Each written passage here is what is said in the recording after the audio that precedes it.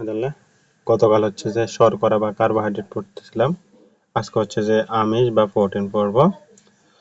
আমিষ বা protein carbon, hydrogen, oxygen, nitrogen এবং কিছু ক্ষেত্রে সালফার এই 5টি মৌলের সমন্বয়ে গঠিত। কেমন? তাহলে প্রোটিন বা আমিষ হচ্ছে যে কার্বন, হাইড্রোজেন, অক্সিজেন, নাইট্রোজেন এবং সালফার এই 5টি মৌল দিয়ে গঠিত। শরীরে আমিষের পরিপাক হওয়ার পর সেগুলো অ্যামিনো অ্যাসিড অথবা অ্যামিনো অ্যাসিডে পরিণত হয়। কেমন? তাহলে আমিষ পরিপাক হওয়ার পর সেগুলো কিসে পরিণত হয়? অ্যামিনো অ্যাসিডে পরিণত হয়। বলা যায় একটি নির্দিষ্ট আমিষের পরিচয় হয় কিছু অ্যামিনো অ্যাসিড দিয়ে। মানুষের শরীরে এই পর্যন্ত 20 ধরনের অ্যামিনো অ্যাসিডের সন্ধান পাওয়া গেছে। মানুষের শরীরে এই পর্যন্ত 20 ধরনের অ্যামিনো অ্যাসিডের সন্ধান পাওয়া গেছে, যেগুলো আমিষ গঠনের একক। তাহলে আমিষ গঠনের একক কয়টি?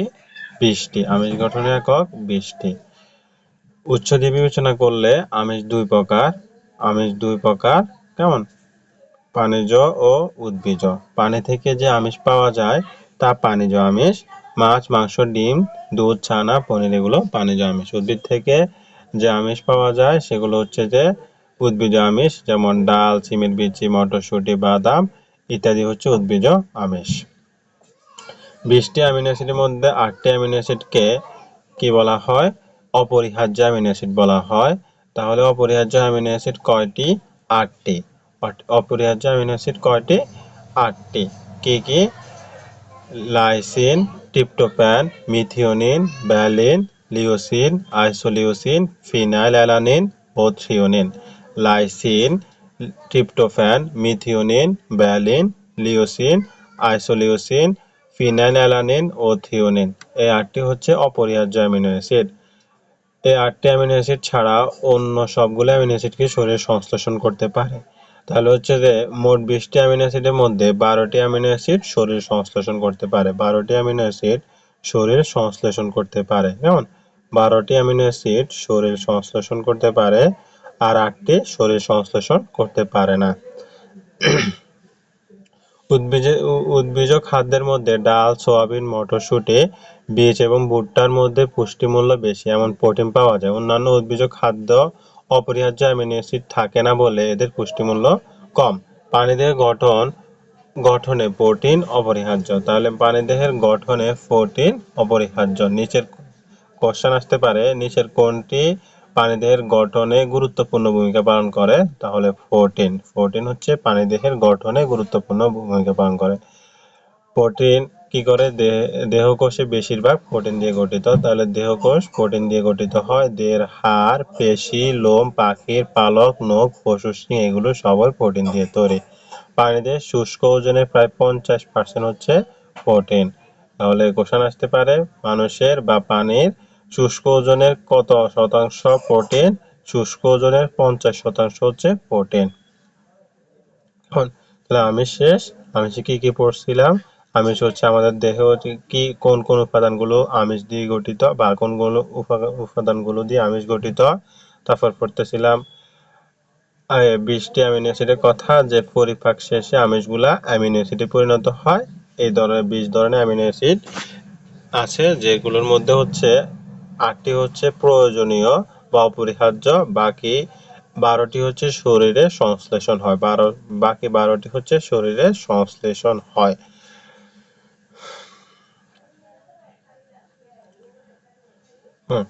আমাদের দেহের গঠনে প্রোটিন অপরিহার্য। তাহলে আমাদের দেহ গঠনে কোনটি ভূমিকা পালন করে? প্রোটিন।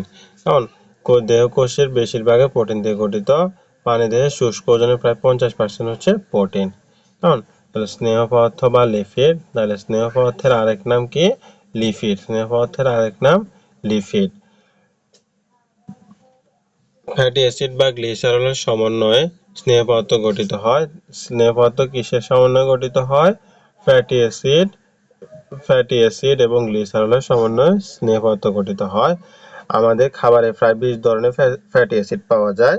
তাহলে আমাদের খাবারে কয় ধরনের ফ্যাটি অ্যাসিড পাওয়া যায়? 20 ধরনের ফ্যাটি অ্যাসিড পাওয়া যায়। কেমন?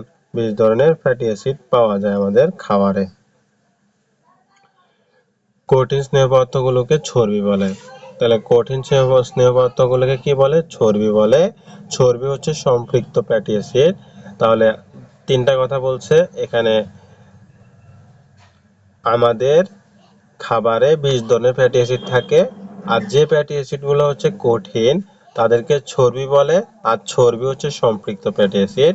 চর্বি হচ্ছে সম্পৃক্ত ফ্যাটি অ্যাসিড। তাহলে চর্বি দুইটা বৈশিষ্ট্য, একটা হচ্ছে এটা কঠিন আর এটা হচ্ছে সম্পৃক্ত। এটা হচ্ছে কঠিন, এটা হচ্ছে সম্পৃক্ত। কারণ সাধারণ তাপমাত্রা ও চাপ এগুলো কঠিন অবস্থায় থাকে, যেমন মাছ কিংবা মাংসের চর্বি। যেসব স্নেহ পদার্থ তরল সেগুলোকে তেল বলে। তাহলে তরল স্নেহ পদার্থকে কি বলে? তেল বলে। কেমন? তেল হচ্ছে অসম্পৃক্ত ফ্যাটি অ্যাসিড। তাহলে তেল হচ্ছে অসম্পৃক্ত ফ্যাটি অ্যাসিড। তাহলে তেলের বৈশিষ্ট্য কি? তেল হচ্ছে তরল আর তেল হচ্ছে অসম্পৃক্ত।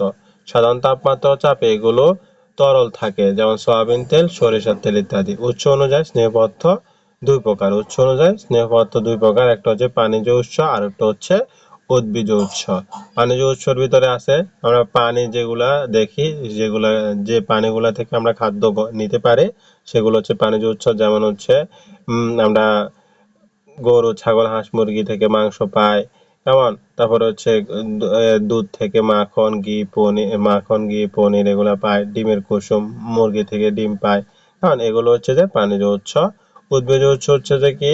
সরিষা, আমরা সরিষার তেল খেয়ে সরিষার তেল খাই। তারপর হচ্ছে সয়াবিন, তারপরে তিল, তিসি, ভুট্টা, নারিকেল, সূর্যমুখী, পাম প্রভৃতি তেলের প্রচুর পরিমাণে স্নেহ পদার্থ পাওয়া যায়। কাজু বাদাম, পেস্তা বাদাম, চীনা বাদাম ও স্নেহ পদার্থ ভালো উৎস। কেমন? যে কাজু বাদাম, পেস্তা বাদাম, চীনা বাদাম ও স্নেহ পদার্থ ভালো পরিমাণে পাওয়া যায়। স্নেহ পদার্থের কাজ, স্নেহ পদার্থের কাজগুলো পড়তেছি। স্নেহ পদার্থ হচ্ছে যে খাদ্যবস্তুর মধ্যে স্নেহ পদার্থ সবচেয়ে বেশি তাপ ও অন্যান্য প্রকার শক্তি উৎপাদন করে। তাহলে সবচেয়ে বেশি শক্তিকে তৈরি করে স্নেহ পদার্থ। কারণ এবং অন্যান্য প্রকার শক্তি, তাপ শক্তি এবং অন্যান্য প্রকার শক্তি। কারণ দেহের পুষ্টি এবং বৃদ্ধির জন্য স্নেহ পদার্থ অতি আবশ্যক। তাহলে এখানে দুইটা কথা মনে রাখতে হবে, পুষ্টি এবং বৃদ্ধি। পুষ্টি এবং বৃদ্ধি এই দুইটা কথা মনে রাখলে হচ্ছে যে মোটামুটি পারা যাব। স্নেহ পদার্থ দেহ থেকে তাপের অপচয় বন্ধ করে এবং ভবিষ্যতের জন্য খাদ্য ভাণ্ডার হিসেবে কাজ করে। তাহলে তাপের অপচয় বন্ধ করে, খাদ্য ভাণ্ডার হিসেবে কাজ করে। যেমন হচ্ছে যে আমরা যখন অতিরিক্ত খাবার খাই ওগুলো হচ্ছে চর্বি হিসাবে আমাদের দেহে সঞ্চয় হয়, বা গ্লাইকোজেন হিসাবে আমাদের শরীরে সঞ্চয় হয়। যখন হচ্ছে যে আমাদের শরীরে খাওয়ার কম পরিমাণ হয় বা হচ্ছে কোনো কারণে আমরা যদি রোজা রাখি, তাহলে হচ্ছে ওই চর্বিগুলা থেকে আস্তে আস্তে আমরা শক্তি ব্যবহার করে চলাফেরা করি। কেমন? ত্বকের মসৃণতা সজীবতা বজায় রাখে, চর্মরোগ প্রতিরোধ করে। আরেকটা কাজ কি বলছে? ত্বকের মসৃণতা সজীবতা বজায় রাখে, চর্মরোগ প্রতিরোধ করে। চর্মরোগ প্রতিরোধ করে। যেমন ভিটামিন এ, ডি, ই কে স্নেহ জাতীয় পদার্থে দ্রবণীয়। তাহলে কোশ্চেন আসবো, কোন ভিটামিন স্নেহ জাতীয় পদার্থে দ্রবণীয়? এ, ডি, ই কে। ভিটামিন আরো দুইটা আছে, বি, সি। বি আর সি হচ্ছে যে পানিতে দ্রবণীয়। বি আর সি হচ্ছে পানিতে দ্রবণীয়। কেমন?